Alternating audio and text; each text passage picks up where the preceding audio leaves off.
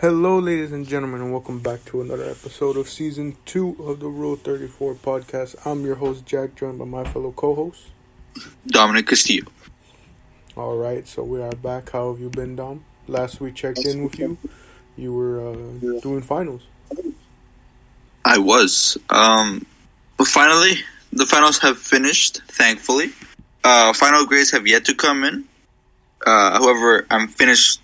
I managed to finish everything on time. Essays and I'm pretty sure there was a multiple choice question test that included 90 questions, but that was that, right? I hope that I passed, but we'll see what happens. But finally, everything's finished for now. Now we're on to the summer. A bit of a summer vacation all the way until August 14th. I think that's when we come back. But for the time being, I might make the decision to maybe take a gap year, considering I've already taken 2 years of school now. But we'll see what happens. But aside from that, aside from finals and stuff like that, work has been pretty okay.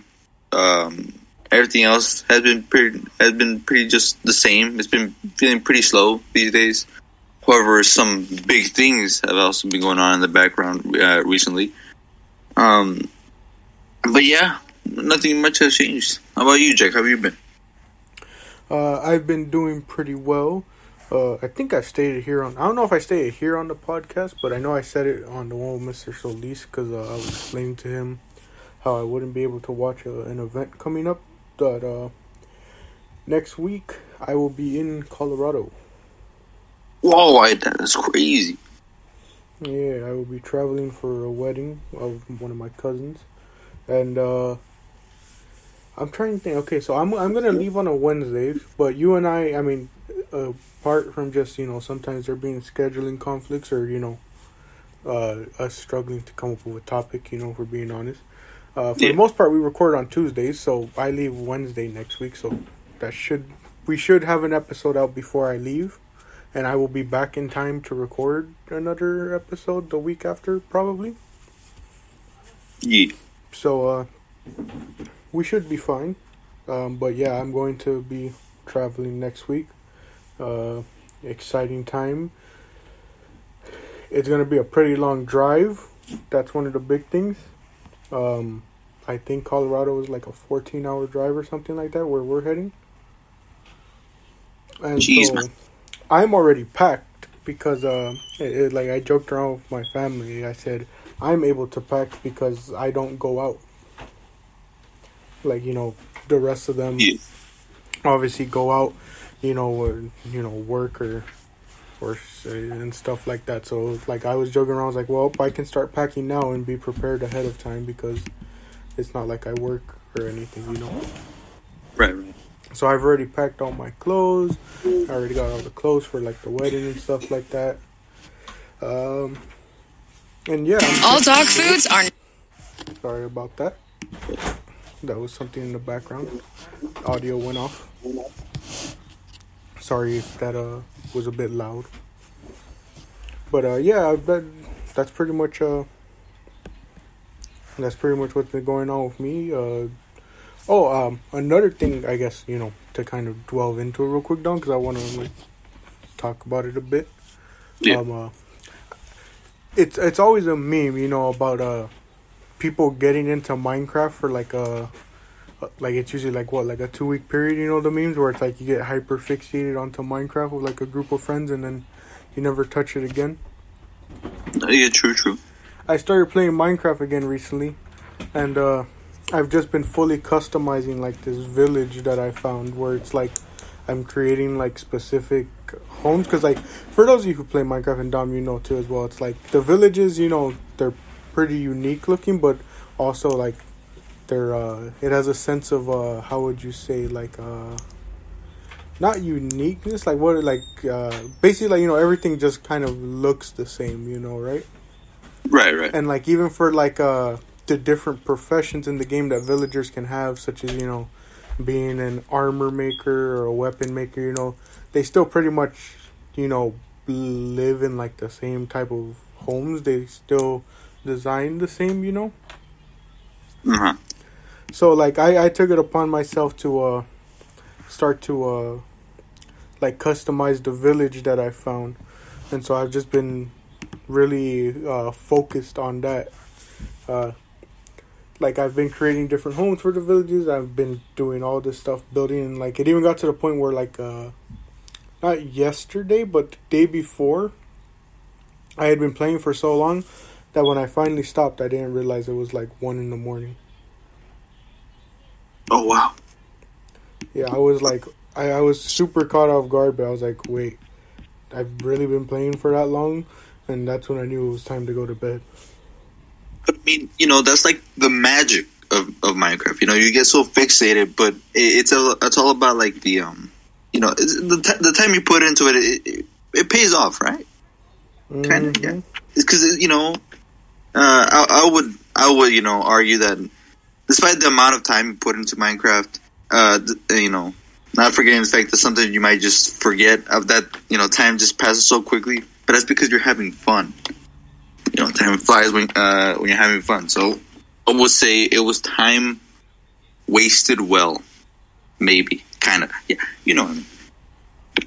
Yeah, I get you, and that's why I was like, that's what I was gonna say. I guess like there's a reason so many people kind of get bored of Minecraft so easily. Like you hear people saying like they struggle to kind of like play it after defeating like the main boss or like stuff like that. I would argue that the main reason people kind of struggle is because they don't, how would you say it? They don't think enough, if that makes sense, or they're not being creative enough, if that makes sense, Right. I think what you're trying to say is to like, they feel like Minecraft must have a main goal attached to it to be a game, but they don't know that it's also supposed to be a creative sandbox that they could do anything else with. Yeah, like everyone, once they defeat the Ender Dragon, they think that's they think because, that is the main goal and the main boss. After you're done, there's nothing really much to do, but it's like, there's it's up to you to be creative. Like with me, like the reason I started doing a lot is because I was like, every time I'm like, well, I create a Minecraft world. I usually go to the villages because they have, the main stuff like food source, to provide you and survive off of with their farms and stuff like that. And then you can trade with the villagers. But I was like, I don't know. They always look a bit too played, and I wish more of these places looked unique. And then that's when I kind of challenged myself. I'm like, well, I have time, why not make it the way I want to? Because that's the whole point of Minecraft. You can do what you want, Yeah. And that's the whole point of the creative mode too, where if you don't want to do all the survival aspects of it, you can go into creative mode and just, build whatever you want, Right. But yeah, so like it really kind of sparked that like inspiration. I mean, I kind of like started thinking, I was like, like what is the main reason why people, because it's still such a beloved game, but like so many people kind of struggle to stay fixated on it, Yeah. And I think that's probably a main thing is people just aren't fully getting creative with it, Right. And it's not to say like you have to be like come up with stuff from scratch. It's like, no, if you have an idea, go through with it, and there's a bunch of there's probably like, for you it's either you can make that idea from scratch, or you can look at other people. If it's like a general idea, you can look and find people who've done similar things, like for me, the villager houses that I've been customizing, I want to give them custom houses, but it's not like I'm going to come up with my own design. I'm looking at different designs from YouTube and making them, Yeah. I'm making them, but, and that's still, me being creative, because it's like I had the idea and this is just my way of acting on it by, looking at, taking inspiration from others, Yeah. And I think that's probably another thing people struggle when it comes to Minecraft is just that, they get the ideas, but then because they can't like really think of how to do it themselves, they kind of quit. And it's like, well, that's the whole point of, like, using YouTube and the internet to your advantage, because you can get inspiration from others or look at others who have already done the idea you've had, and then you can do it in your world to, like, satisfy that that creativity of yours, or that urge of yours when you're playing the game to make something, but you can't come up with, like, an original design. There's no shame in using other people's designs for your world. Yeah, I completely agree. But I mean, as long as they build upon it, or at least make it look like their own, and not just, like, straight do, like, a one-on-one copy. Yeah. But I mean, at the end of the day, as long as they feel proud of what they've built, or at least taking the time to at least, because I'm pretty sure, like, these builds, like, take hours to complete, especially the larger ones. But I mean, especially when it comes to, like, those redstone, like, buildings and stuff like that, like in which people can create, like, computers or calculators and stuff like that. I think that's pretty cool. But aside from that, yeah. I mean, as long as people feel the dedication, and as long as they can make their own,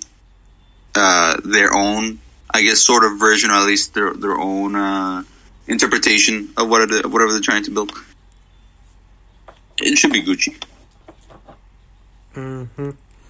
And I think, like, you brought up the redstone stuff is probably real impressive, because they, like you said, they'll build, like, basically working computers in the game, or they'll build, like, these systems to, like, automate things, Yeah. Like, in the game they've built, like, people will use redstone, to build automated farms for the game, or, those people that build, like, those like automated mob spawners, to spawn in the hostiles so that they can farm them for XP, or all this different stuff. Like, I think some people have even used, like, the music notes in the game to recreate, like, full on songs in the game, Right. And I always thought that was pretty impressive too, because, like, I don't think the music notes and stuff in game, it's, like, similar to music notes in real life, in a sense, if that makes sense. Like,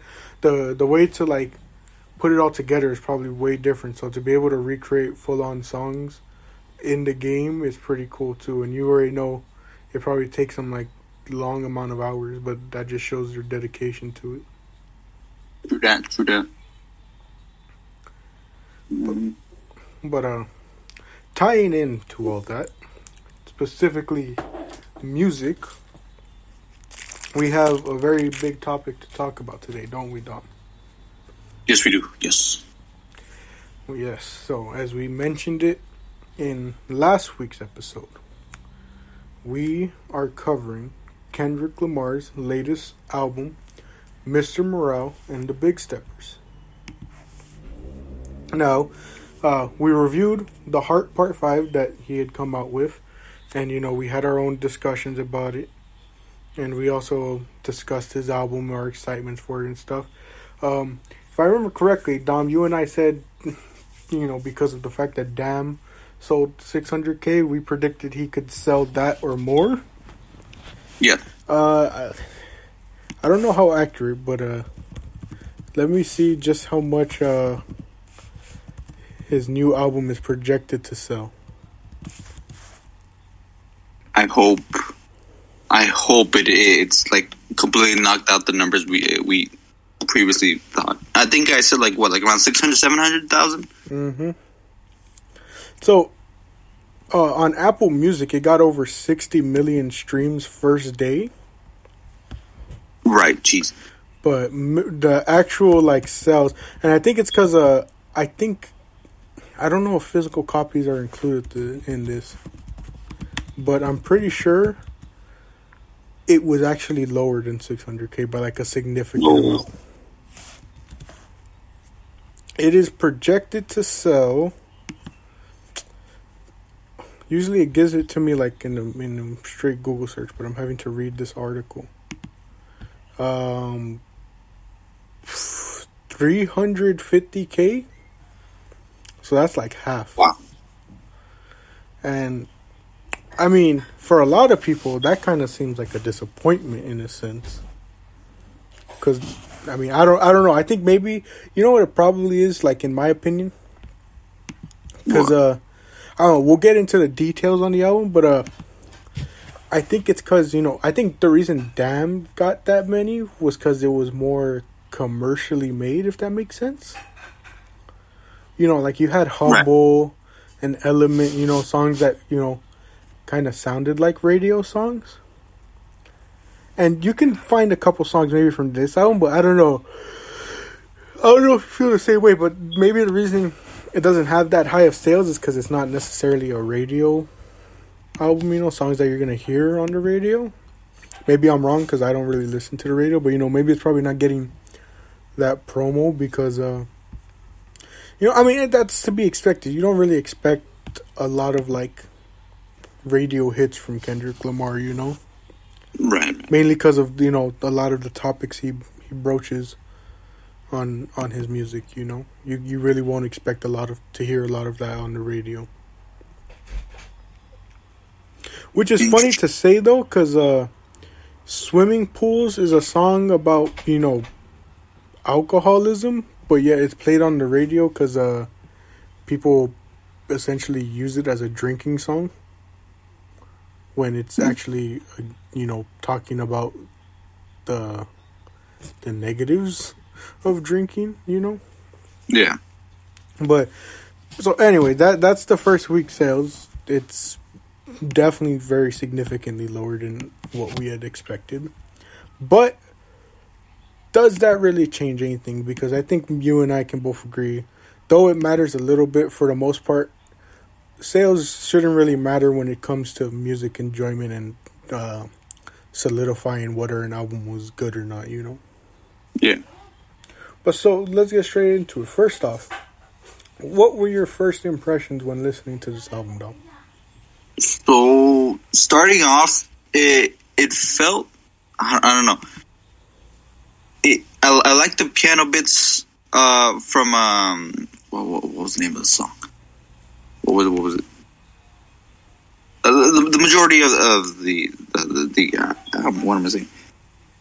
The majority of the album, I enjoyed the music, especially. However, some songs I was completely taken aback by. We Cried Together. Before Purple Hearts, I listened to Cry Together. Obviously, I was listening to down the album. It was very, how would you say it? It was intense, right? We Cried Together, for those who have not yet heard it, I'm not going to spoil it, but it was very intense. With it taking place of, you know, the perspectives of two people having a fight, and that's all I'm going to say. However, listening to it, it sounds raw, right? As if it felt real. Like they weren't even singing. Obviously, they were rhyming in the background, but you know, it doesn't feel like they're rhyming. It feels like they're just literally, you know, going one after the other. Yeah, going back and forth at one another.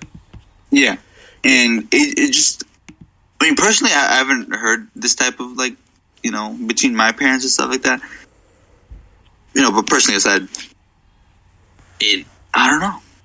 It was tense. It was tough. Although at the end of the song, I think it's like how like all couples kind of pretty much end if you heard the ending part of Cry Together. Because until what comes after is Purple Hearts, which then I personally love that one because it has like a really nice groove to the song. But the songs before that, obviously, I'm not sure how to explain it. I'll be honest. I'm struggling to try to like explain it the best way possible. But like the way Kendrick like insinuates like the piano bits and like yeah, I'm not sure how to say it. Like a lot of the jazz elements. The jazz elements, the piano bits. I love the piano bits. Like in Crown. Mm-hmm.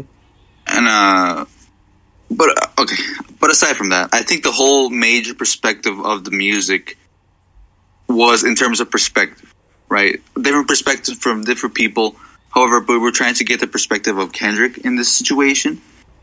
For some reason, when I heard what was it, Auntie Diaries, I felt like that was completely out of like shape in terms of like what that track was meant to be part of the album for. However, upon listening to it one more time, I kept thinking about, okay, this song is about people dealing with differences, right?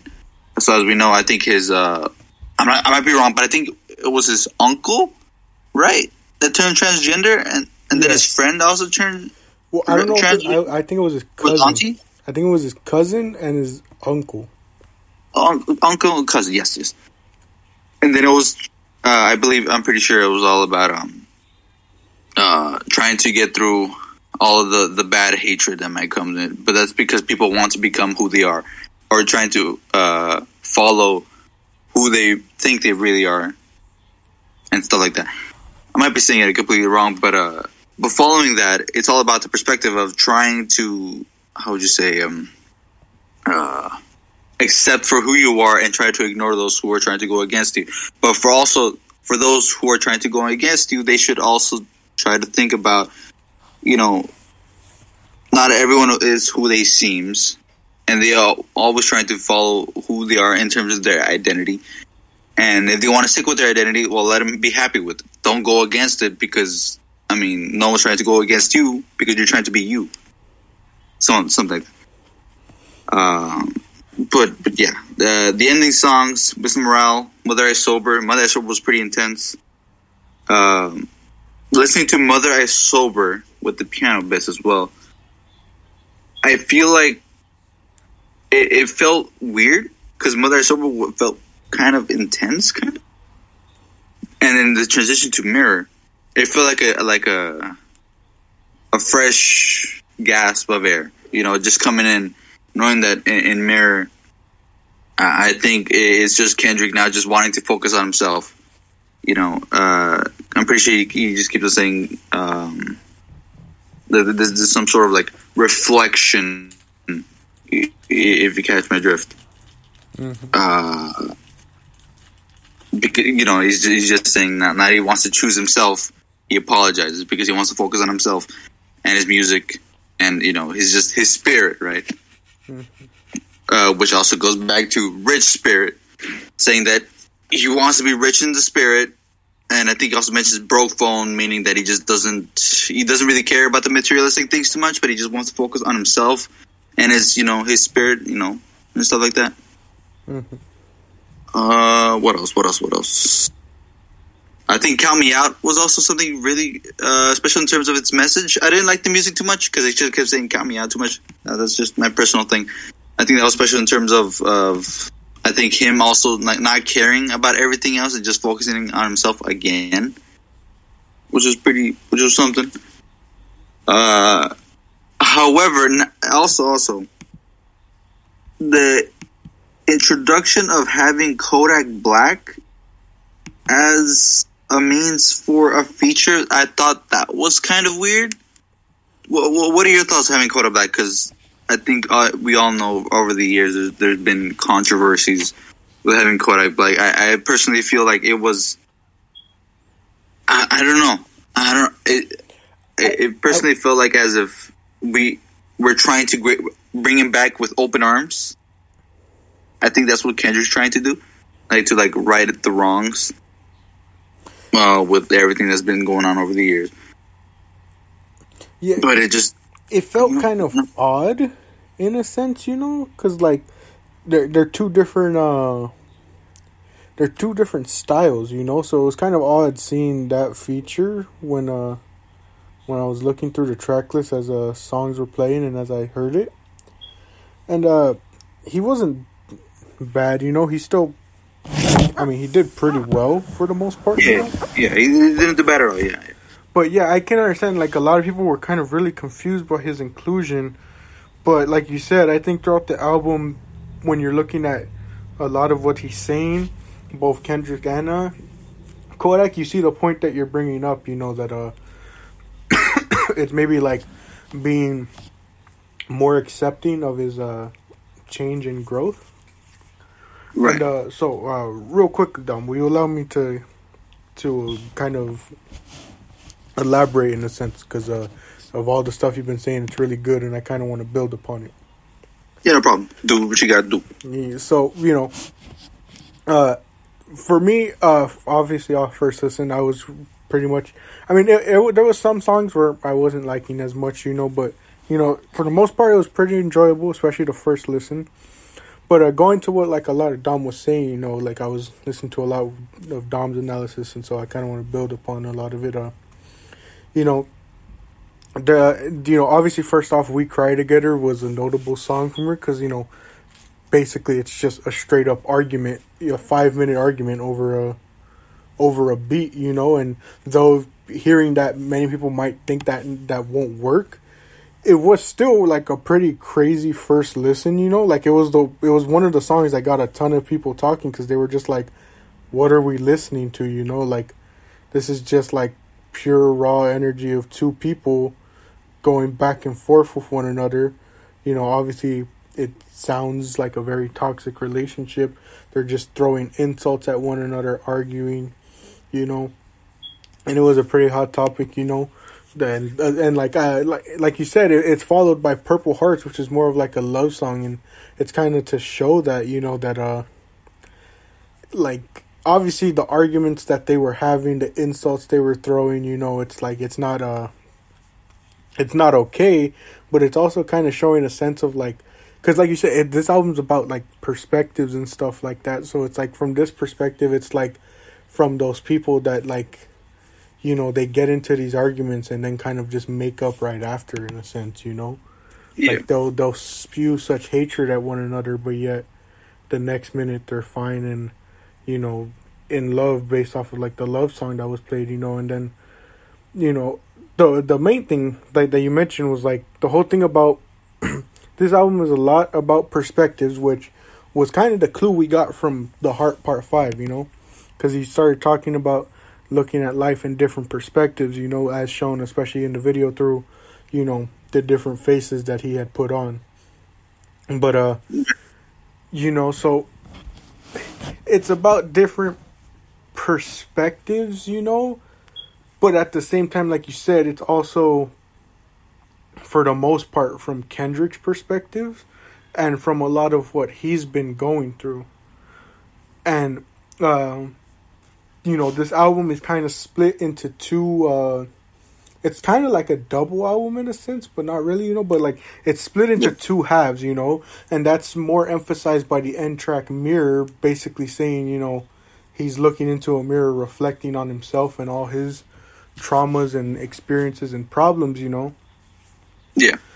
And so it's like the whole kind of message of this album is not only just looking at things from different people's perspectives, but also about growth, which is kind of really heavily emphasized in Auntie's Diary, because as you mentioned, it's a song about his aunt and his cousin, or his uncle and his cousin making the transition, and you see the growth in that song from the very beginning, because he's kind of talking like from when it first happened and how as a kid he saw a lot of his family kind of be like, not really I don't know if resentful is the right word, but be very cold to the to his uncle who was transitioning, they looked at him as different, they essentially outcasted him, and then obviously the big thing that caught like a ton of people's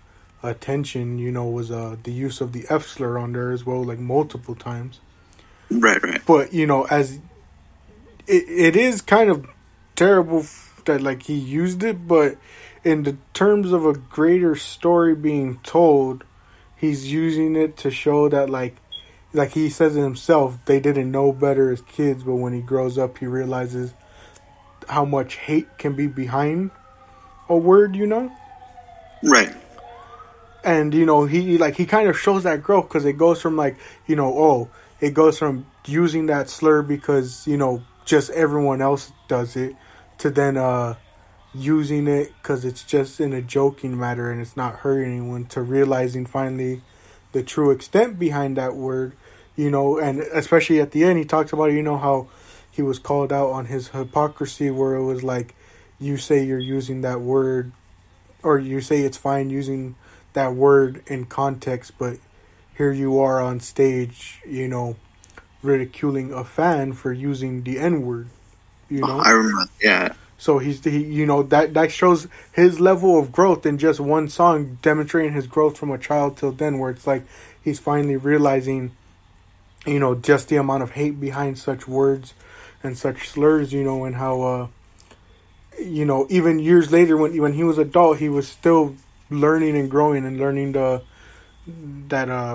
from those people, just kind of how hypocritical he was being at times, Yeah. and stuff. But that's a song that really discusses a lot about growth and looking at it from different perspectives, and learning acceptance and all that. And then the real good point that you brought up was, Mother I Sober was just like a really hard hitting song, and it's such a shift when he goes straight into a Mirror right after. But I think that's a really good thing because, I really like the way that goes, because, the way I'm looking at it, because it's the final closing song, everything from before was Kendrick's, obviously everything before was about Kendrick's trauma and stuff, but this final song really is just about, I want to say, moving past it all in a sense, because to go from something so, deep and painful from Mother I Sober to immediately Mirror, I want to say it's almost in a sense, if you can get this imagery, it's that's Mother I Sober is kind of like the end of the book, and Mirror is Kendrick's epilogue in a sense. Yeah. Think about it in the sense of when you hear someone telling a story, they'll close the book and they'll kind of give you a little explanation afterwards, kind of explaining the true story that was being told from the book. That's what I kind of picture with Mirror, where Kendrick's kind of reflecting back again, looking in a mirror. He's reflecting back on all this, on Mirror, and his closing message is, that this is him now, kind of going back to what you were saying about being accepting of who someone wants to be. This entire album was Kendrick basically telling people that he's in a sense done with being what they wanted him to be, Yeah. Because if you look at these past few years, Kendrick has really been looked at as some type of savior in a sense, and he talks about that on the track Savior. He says, I'm not your savior. He talks about the fact that I'm not your savior. He brings up a ton of other people as well. That all these different people aren't your savior. Right. I know that doesn't. Let me try and explain that better. All these people aren't. You shouldn't look to them for saving. In a sense of stop idolizing these people. Stop putting them on pedestals. Right. Because people kind of look to Kendrick to be that voice of people, especially when there's a ton of stuff that happens, but that's not the way things should be. You can't look towards these people such as artists and actors and stuff like that, and but so it's he's trying to stop pleasing people because for the past years that's all they've looked at him as this voice of the people, because of To Pimp a Butterfly, how it was his political album and stuff, and speaking out on a bunch of political events and other events of America. They kind of look to him for that, and he explains throughout this album, being that proclaim savior for these people had its toll on him, because he wasn't able to be human. He wasn't able to look at his own problems and trauma and solve them and do what he could for himself, you know. He had this emotional weight of having to keep this like important figure status instead of allowing himself to heal. And when he tried to, you know, when he disappeared after Damn, you know, it's like people still wouldn't let him heal, which is why on Savior he calls out his fans in the chorus telling them, you know, are you truly happy for me, you know? Are you truly happy for me, or do you only care when I'm suffering and I'm talking and I'm having to talk about current topics, which in turn ties to a ton of other artists, for example, you know, like, you know, artists who make a lot of sad music, you know, and it's like, you know, they probably feel that same way, where it's like, I get it, you like my music and stuff, but, you know, it's like when they evolve past that point, you know, and people are like, oh, why aren't you making music like this? It was like, you know, for like some of them, it's like, dude, I was like in one of the worst places I've ever been when I was making that music. Aren't you happy that I'm out of that point now? Like, do all you care about is the music and don't even care about what I was going through that point, you know? Yeah. And for Kendrick, he, like, it's the same thing. He's like, are you really even happy for me that I'm like healing and, you know, choosing myself, you know? Or no, you're probably viewing me as selfish because, you know, for example, I remember seeing this when the George Floyd events were occurring, you know, people were calling out Kendrick for not speaking about it or for not, you know, appearing at protests for it, you know. And then what happens days later, he's shown at those protests. And the one thing other people were saying was, this man Kendrick never had a social media presence. You know, Kendrick Lamar isn't a guy who's on social media constantly posting about stuff. You really expected him to just, for what? Like, he even says on this song, you know what? Posted on what is, like, basically what is him posting anything on a social media website gonna do, you know? Yeah. Like, what is that gonna do? It's not like it makes any difference, you know? And if for the people who are gonna be like, oh, well, it's to spread awareness to his fan base, again, he says it on this album. He's been trying to do that for years, and it's always fallen on deaf ears.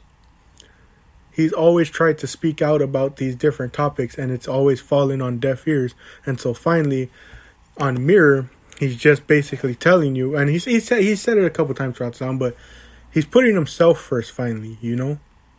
He's tired of being this voice for the people, having to speak out constantly on issues just for it to fall on deaf ears. He's tired of having to do this for people that just don't listen, you know? He's reached that breaking point, and he's reached that point where he realizes it's not selfish to choose oneself. And if people want to stop supporting him because he wants to put himself first and allow himself to heal from that trauma, then go ahead. He's apologizing to those people, you know, saying, I chose me, I'm sorry. He's saying basically, I'm sorry if you don't agree with this decision, but that's what he's doing, you know, he's putting himself first.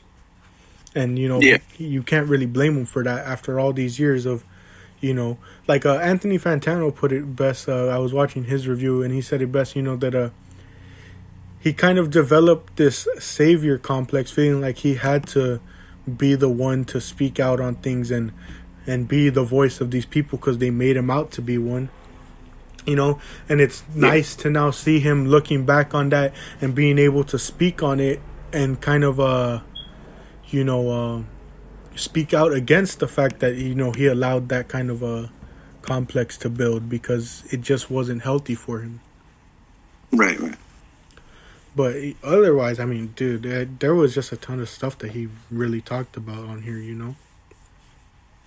True. It was really an album of perspectives, of growth, you know? I just really enjoyed, you know, like, people can look at him as selfish, but I really enjoyed the fact that, you know, he called everyone out for never really caring about him and only caring about the music in a sense, you know? Yeah. And, like, you know, again, like he says, no one was ever truly happy for him unless he was being this important figure rather than thinking of the man himself, you know? Yeah. And I think that's something you and I can relate to a lot because, you know, I know it's always, like, such a hot topic, you know, and people kind of, people always kind of say that if you don't talk about politics, if you don't discuss them when they're happening, if you don't talk about it, you know, I've seen people try and say you're privileged enough to not have any of it affect you. And I would expect nothing less for people to say that to you and I, for the simple fact that we don't like to talk about politics on this podcast, that we kind of try and keep all that away. You know, I wouldn't expect anybody to think any different of us, but I think you and I can truly say we're the farthest thing from privilege. Obviously, we have many blessings in our life. You know, we're in probably better position than most people, you know, but kind of like Kendrick is showing, doesn't matter. You're still going to go through your ups and downs, your traumas and your trials and tribulations. You're going to experience your own traumas in this life, you know? Yeah. But at the same time, you know, kind of tying back to it all, you know, you reach a breaking point at some point, you know? And for Dom and I, you know, our breaking point is just, you know, we've said it multiple times on this podcast. We not only hear about this stuff and read about it all the time because it's everywhere on social media and news outlets and stuff, but we have to see it for ourselves, you know? So if you want to say, just because we don't want to talk about a lot of that stuff on here, that, you know, we're privileged enough to not have it affect us, it does affect us. But in a way, we just kind of want an escape, if that makes sense. Right. You know, like, we want a place where even if it's just for 45 minutes a day, we feel like we don't have to think about all that, you know, because we constantly have to see it in the lives around us, in the neighborhoods around us, you know. I mean, Dom said it plenty of times, you know, by where he works, he has to walk by a ton of terrible stuff and see a bunch of terrible stuff. And, you know, it weighs on you because you just get this sense of guilt, kind of like Kendrick, where you want to help, but it never seems like you're doing enough, you know. And so you reach this breaking point where it's just like, I just want to break from it all, you know. And if that makes us the bad guys, then so be it. But that's another part of this Kendrick album I just really relate to a lot. Is just feeling overwhelmed that because of how much is happening, having to feel like you have to care about it 24/7. And I don't mean that in a bad way. Obviously, you still care, but, you know, this whole, like, weight of having to constantly be informed of all these things going on and have discussions about it, you know? Yeah.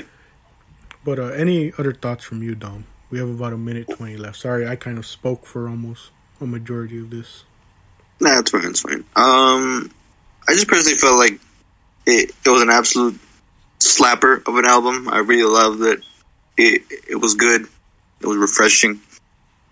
But I mean, we just await what Kendrick has for us in the future. I mean, it might take years, but, you know, especially with, what was it? He's under a new label now. He's under his own label, PG Lang. Oh, yeah. And we're gonna see how that's gonna turn out. I hope, you know, good things can come from it. We'll see what happens. Well, you know, we'll be right here waiting for him. And most importantly, we are happy for Kendrick that, you know, he's healing. He's, you know, he's becoming the best version of himself. If you want to say, you know, he's healing. He's, you know, evolving in a sense, you know, being very open to change, obviously. 15 seconds left on rating for the album. I'll give it a 9 out of 10. I'm going to give it a 9 out of 10 as well. Thank you all for joining us for another episode of the Rule 34 podcast, Season 2. As always, if it exists, we have an opinion on it. Thank you, and we'll see y'all in the next episode.